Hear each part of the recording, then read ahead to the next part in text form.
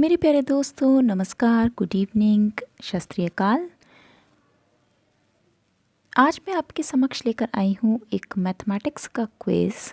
जैसा कि मैंने कल आपके साथ एक वीडियो में डिस्कस किया था नंबर सिस्टम यानी संख्या पद्धति से रिलेटेड एक क्वेश्चन के बारे में। जैसा कि आपने देखा होगा प्रीवियस ईयर जो यूपी टेट और सी टेट के पेपर्स आए हैं, उनमें हर एक पेपर में एक क्वेश्चन इकाई अंक से रिलेटेड आता है। तो उसी चीज़ को प्रायोरिटी बनाते हुए मैंने इकाई अंक पे कल एक वीडियो शेयर करी थी, जिसका लिंक मैं डिस्क्रिप्शन बॉक्स में डाल दी हूँ, जिससे कि अगर आपने वो वीडियो नहीं देखी है तो आप उसको फॉलो करें और देख लें, और इसके बाद आप इस क्विज़ को करने की प्रयास करें, क्योंकि ये क्विज़ आपके सभी प्रकार के जो अब तक प्रीवियस पेपर्स में यूपी टेट और सी टेट में क्वेश्चन आ चुके हैं इकाई अंक के, उनको कवर करता है। तो अगर आप ये 12 क्वेश्चन सॉल्व कर लेते हैं तो डेफिनेटली आपका एक नंबर पक्का है। ठीक है, तो आपको करना क्या है, इस वीडियो को पूरा देखना है, पूरी तरीके से देखना है। कोई डाउट आता है तो आप कमेंट बॉक्स में जाकर पूछ सकते हैं, और अदरवाइज़ आपको क्लियर हो ही जाना है। एक बार उस वीडियो को ज़रूर फॉलो कीजिएगा, तभी आप इस क्विज़ को अटैम्प्ट कर पाएंगे, और अगर नहीं फॉलो करते हैं तो आपको बहुत जगह डिफ़िकल्टी होगी। ठीक है, तो हम लोग स्टार्ट करते हैं क्वेश्चंस को। पहला क्वेश्चन है मेरा, ध्यान से देखिएगा स्क्रीन पर। 345 इंटू 42 इंटू 47 यानी 345 गुणा 42 गुणा 47 में इकाई अंक क्या होगा, ये क्वेश्चन है। और इस तरह का क्वेश्चन आप देखोगे तो बहुत आता है, 110% आता है। ठीक है, तो आपको करना क्या है ये मैंने बताया भी हुआ है, वीडियो अगर आप देखेंगे, फिर भी मैं थोड़ा थोड़ा आपको बताती हुई चलती हूँ। आप क्या करेंगे, आपको केवल क्या निकालना है, इकाई अंक।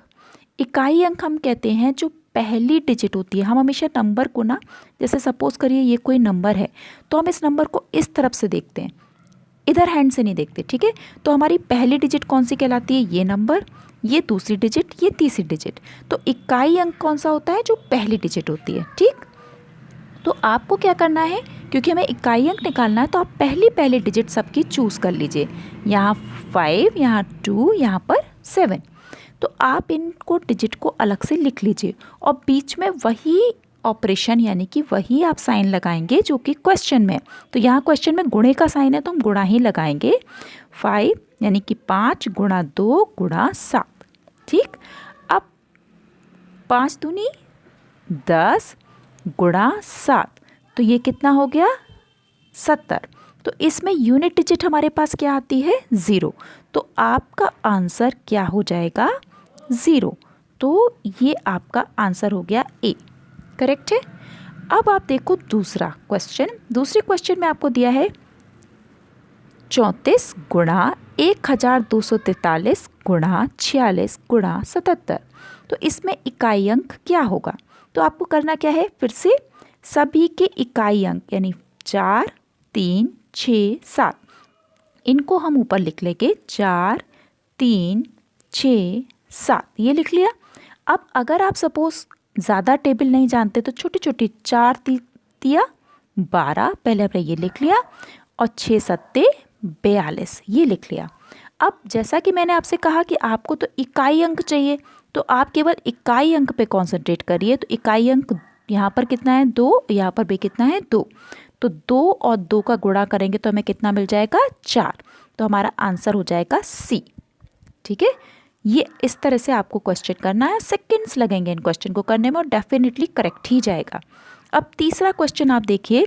तीसरा क्वेश्चन है 889 यानी कि 889 ऐड करना है, प्लस करना है 45 प्लस 123, यानी कि इनके यूनिट डिजिट क्या क्या है, 9, 5, 3। अब बीच में क्या हो रहा था, प्लस, तो 9 प्लस 5 प्लस 3, तो ये कितना हो गया, 9 और 5 मिलके कितने हो जाते हैं, 14, और 14 और 3 मिलके कितने हो जाते हैं, 17। तो 17 होने से यूनिट डिजिट हमें क्या मिल जाएगी, 7। तो हमारा आंसर करेक्ट क्या हो जाएगा, बी। अब इसके नीचे आप देखो तो नीचे आपको दे रखा है 944 प्लस 25 माइनस 47। तो इनकी यूनिट डिजिट क्या क्या हो गई, 4, 5, 7। तो हम पहले लिखेंगे 4 + 5। अब ये नंबर किसके आगे क्या साइन था, माइनस का, ऋणात्मक, तो हम -7। अब देखो 4 और 5 मिलके कितने हो जाते हैं 9, और 9 में से कितना माइनस कर दिया 7, तो ऑब्वियसली आपका आंसर क्या हो जाएगा 2।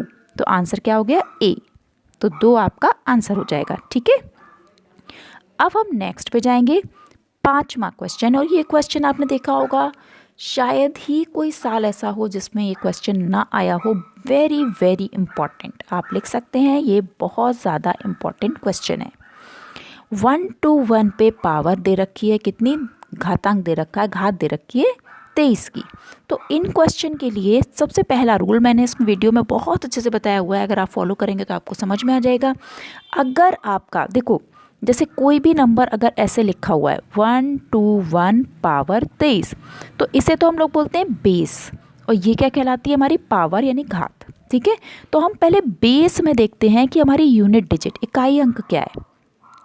तो अगर हमारे बेस का इकाई अंक 0, 1, 5 या 6 में से कोई आता है, तो पावर कितनी भी हो, हमारे रिजल्ट का इकाई अंक भी यही अंक होगा। ठीक है, जैसे कि इस पर्टिकुलर क्वेश्चन में हमारा इकाई अंक क्या है 1, तो आपको देखना ही नहीं है पावर कितनी है, क्या है, आपका आंसर सी यानी 1 हो जाएगा। अगर यह 5 होता है इकाई अंक तो आंसर 5 होता, अगर 6 होता तो 6 हो जाता, 0 होता तो 0 हो जाता। क्लियर है। अब देखो, जैसे नीचे वाले क्वेश्चन में आप देखो तो हमारा 536 है बेस नंबर, और इसका यूनिट डिजिट क्या है 6। तो अब मैंने जैसे आपको बताया कि 0, 1, 5 या 6 में से कोई भी डिजिट हो तो वो रिजल्ट में भी वही डिजिट आती है। तो पावर कुछ भी हो, इससे आपको मतलब नहीं है, तो आपका आंसर सीधा सीधा ए 6 हो जाएगा। बहुत ही सेकंड भी नहीं लगेगा आपका, और आंसर सही जाएगा। ठीक है, अब नेक्स्ट पे आ जाइए 7th नंबर पे। अब इसको भी मैंने आपको बता ही दिया है कि 0, 1 या 5 या 6 में से कोई भी हो डिजिट। तो यहाँ पर आप देख रहे हो बेस में यूनिट डिजिट क्या है 0, तो ऑब्वियसली आंसर क्या होगा डी 0। अब आ जाइए आप नेक्स्ट क्वेश्चन पे, इसको आपको थोड़ा सा समझना होगा।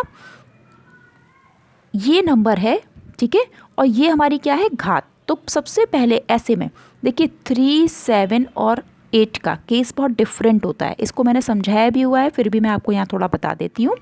इसमें क्या करना होता है, जो भी हमारी घात है यानी 205, इसको पहले 4 से डिवाइड कर दीजिए।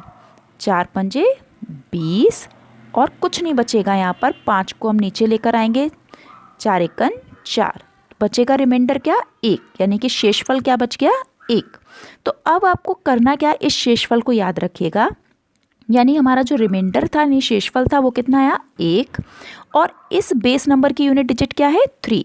तो आपको बहुत छोटा सा काम करना है, जो भी आपकी यूनिट डिजिट हो उस पर पावर जो भी रिमाइंडर आएगा वो लगा देना है, तो वही आपका आंसर होगा। यानी 3 पे पावर 1 का मतलब क्या हो गया 3। आप पावर का मतलब ना जानते हो वो भी समझ लीजिए, अगर 3 पे पावर 2 है तो इसका मतलब होता है 3 को 3 से 2 बार मल्टीप्लाई कर दिया, यानी 3 × 3 कर दिया, यानी डबल टाइम मल्टीप्लाई कर दिया।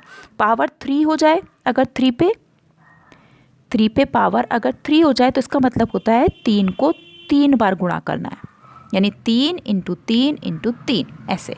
ठीक है, तो यहाँ आप समझ गए होंगे। तो जैसा कि आप देख रहे हो कि हम 4 से डिवाइड कर रहे हैं, तो हमारा शेषफल या तो 0 आएगा या 1 आएगा या 2 आएगा या 3 आएगा। तो आपको उसी के अकॉर्डिंग क्या करना है, पावर लगा देनी है, और इसकी डिटेल के लिए आप वीडियो को फॉलो कर लीजिए। ठीक है, अब नेक्स्ट क्वेश्चन नंबर 9। तो क्वेश्चन नंबर 9 में आप देख रहे हो 28 पे पावर कितनी है 14। तो अब आप कर सकते हो मेरे साथ, 14 को हमने क्या करा 4 से डिवाइड कर दिया, तो 4 दिया 12, रिमाइंडर क्या बच गया 2। ठीक है, और हमारी यूनिट डिजिट यहाँ पर क्या है 8।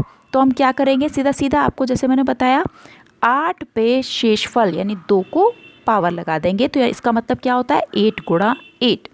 तो 8 × 8 का मतलब 64, तो हमारी यूनिट डिजिट क्या हो गई 4। ठीक, अब नेक्स्ट क्वेश्चन में दे रखा है हम लोग को 19 पावर 12 n + 14 पावर 9।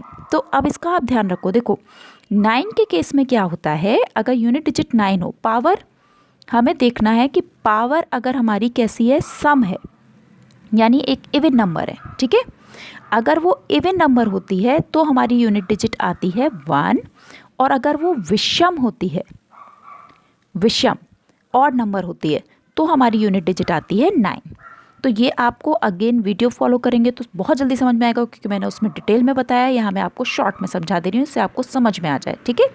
तो यहाँ पे पावर देखो 12 है, तो 12 कैसा नंबर होता है, 2 से विभाजित है, तो वो कितना हो गया, इवन नंबर हो गया, ठीक है। तो अगर इवन है तो ऑब्वियसली इसकी वो क्या आएगा हमारे पास, यूनिट डिजिट 1 आएगी। तो यानी इसका आंसर तो 1 हो गया यूनिट डिजिट का। अब आप बात करिए 14 पावर 9, यानी इसकी यूनिट डिजिट क्या है, 4।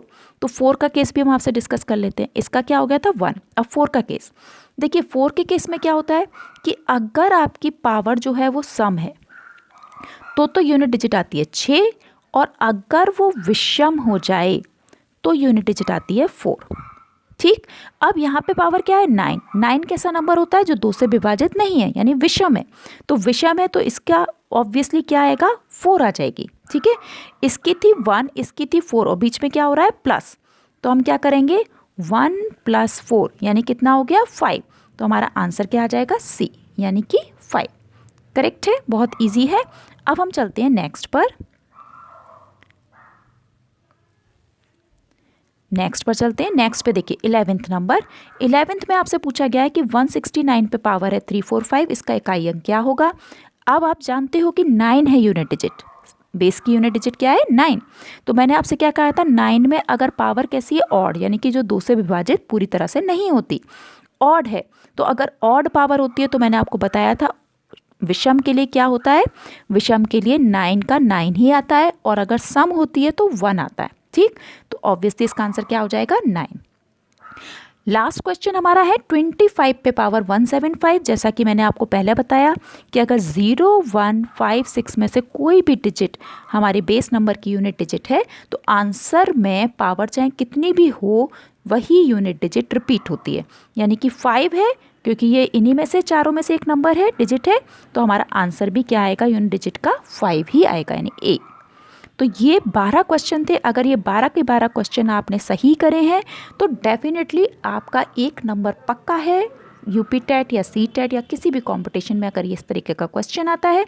क्योंकि यूपी टेट और सी टेट में ये क्वेश्चन बहुत बार रिपीट हुआ है, तो हम एक्सपेक्ट कर रहे हैं कि 2021 में भी इससे एक नया क्वेश्चन ज़रूर आएगा। और अगर आपने वीडियो देखी है और ये 12 क्वेश्चन कर लिए हैं तो आपको चिंता की बात ही नहीं है, ये क्वेश्चन आपका 100% सही जाना ही है। तो आपको करना क्या है, पूरी वीडियो देखिएगा, कोई डिफ़िकल्टी हो तो कमेंट बॉक्स में पूछ सकते हैं। बेल आइकन ज़रूर प्रेस करिए, जिससे आपको पता चलता रहे कि आगे का कौन सा वीडियो आने वाला है। और चैनल को सब्सक्राइब करिए, अपने फ्रेंड्स के संग शेयर करिए व लाइक करिए। Thank you so very much.